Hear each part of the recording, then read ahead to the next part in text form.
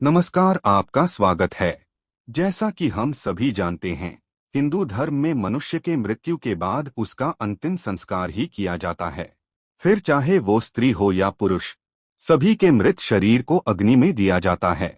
परंतु दोस्तों, क्या आपको ये पता है कि छोटे बच्चों और गर्भवती महिलाओं की अंतिम संस्कार में हमें किन बातों का विशेष ध्यान रखना चाहिए? दोस्तों, छोटे बच्चों और गर्भवती महिलाओं का अंतिम संस्कार सामान्य मृतक से अलग होता है और इसके बारे में गरुड़ पुराण में विस्तार से बताया गया है। आज की इस वीडियो में हम यही जानेंगे। तो मित्रों, जब भी कोई महिला गर्भावस्था होती है, तब उसके शरीर में एक नहीं बल्कि दो आत्माओं का निवास होता है। अर्थात एक महिला की आत्मा और एक उसके गर्भ में पल रहे बच्चे की आत्मा। ऐसे में अगर किसी गर्भवती महिला की मृत्यु हो जाए तो सबसे पहले उस महिला के पेट से बच्चे को निकाल लेना चाहिए, क्योंकि ये संभव है कि माता ने शरीर को त्याग दिया हो, परंतु बच्चे की आत्मा अभी भी उसके शरीर में ही हो। असमें बच्चे को गर्भवती महिला के पेट से निकल लेना चाहिए।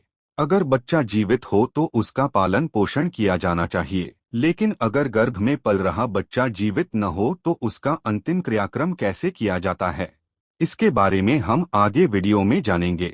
दोस्तों, गरुड़ पुराण में तीसरे अध्याय गर्भवती महिला के अंतिम संस्कार से जुड़े विधि का वर्णन मिलता है, जिसके अनुसार मृत गर्भवती स्त्री का भी एक सामान्य स्त्री के अंतिम संस्कार की तरह ही क्रियाकलापों का पालन करते हुए दाह संस्कार करना चाहिए।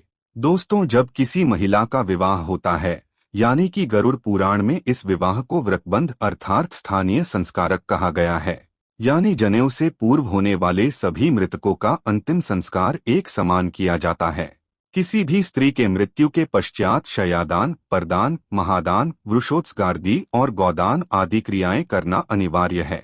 गरुड़ पुराण में इस बात का भी उल्लेख मिलता है कि जब किसी गर्भवती महिला के पति की मृत्यु हो जाती है तो इस अवस्था में उसे खुद को संभल लेना चाहिए और अपने गर्भ में पल रहे बच्चे का ध्यान रखना चाहिए।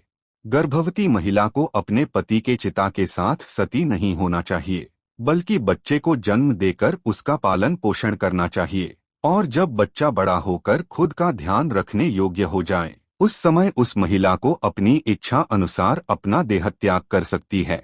लेकिन दोस्तों, आज इस युग में सती प्रथा का अंत हो चुका है और ये प्रथा आजकल कहीं भी देखने को नहीं मिलती। इसके अलावा गरुड़ पुराण में ये भी बताया गया है कि जो बच्चा अल्प आयु में मृत्यु को प्राप्त हो जाता है, यानी जिस बच्चे में अब तक कुछ भी देखा नहीं होता, अर्थात जिस बच्चे ने अपने जीवन काल में थोड़े बहुत ही कर्म किए होते हैं, बहुत कम चीजों से संबंध रहा होता है, छोटी उम्र और कुछ समय के लिए इस पृथ्वी पर जो बच्चे आते हैं, ऐसे बच्चों के मरने पर होने वाली क्रिया भी कम ही होनी चाहिए। इसी के साथ कम उम्र के बच्चे की मृत्यु होने पर उन्हें जलाया नहीं दफनाया जाता है।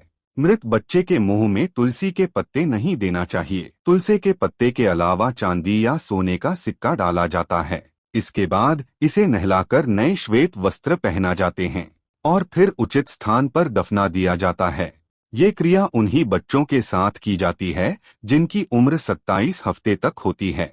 हिंदू धर्म ग्रंथों के अनुसार इसी उम्र के बाद बच्चों को दफना नहीं जाता है और इस अवस्था से पहले मरने वाले बच्चों को अग्नि से पवित्र होने की कोई आवश्यकता नहीं। इस अवस्था से पहले बच्चे अनजान और पाप रहित होते हैं। दोस्तों, यही कारण भी है कि इस अवस्था में पहुंचने से पहले बच्चों को जनेऊ नहीं पहनाया जाता। वहीं 27 महीने से अधिक आयु वाले बच्चों के लिए दाह संस्कार करने का प्रावधान है और ये क्रिया तब तक संपूर्ण नहीं मानी जाती जब तक उसे मृत बच्चे के अंतिम संस्कार के पश्चात उसकी अस्थियों को गंगा में विसर्जित नहीं कर दिया जाता।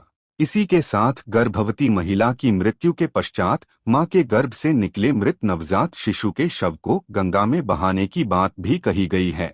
गरुड़ पुराण में गर्भ नष्ट होने के बारे में महत्वपूर्ण बातें बताई गई है।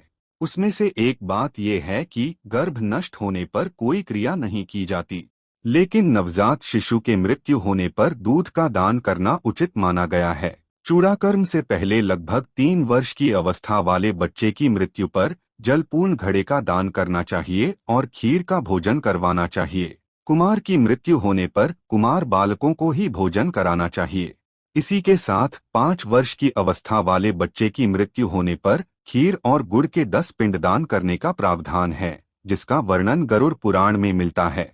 जिन बच्चों की मृत्यु 5 से 10 वर्ष की अवस्था में होती है, ऐसे में उसी अवस्था के बालकों के साथ ब्राह्मणों को भोजन कराना चाहिए। ऐसे बालकों की मृत्यु होने पर महादान की विधि को छोड़कर एकादश और द्वादश की क्रिया का आयोजन करना चाहिए। और यदि प्रौढ़ अवस्था में बालक के पिता जीवित हैं, तो उसका पिंडदान श्राद्ध नहीं किया जाता, उसका केवल एक दृष्टि श्राद्ध करना बताया गया है। तो दोस्तों, उम्मीद करता हूँ आपको यह वीडियो पसंद आया होगा। अगर आया है तो वीडियो को लाइक करें, कमेंट में नमो भगवते वासुदेवाय नमः अवश्य लिखें। धन्यवाद।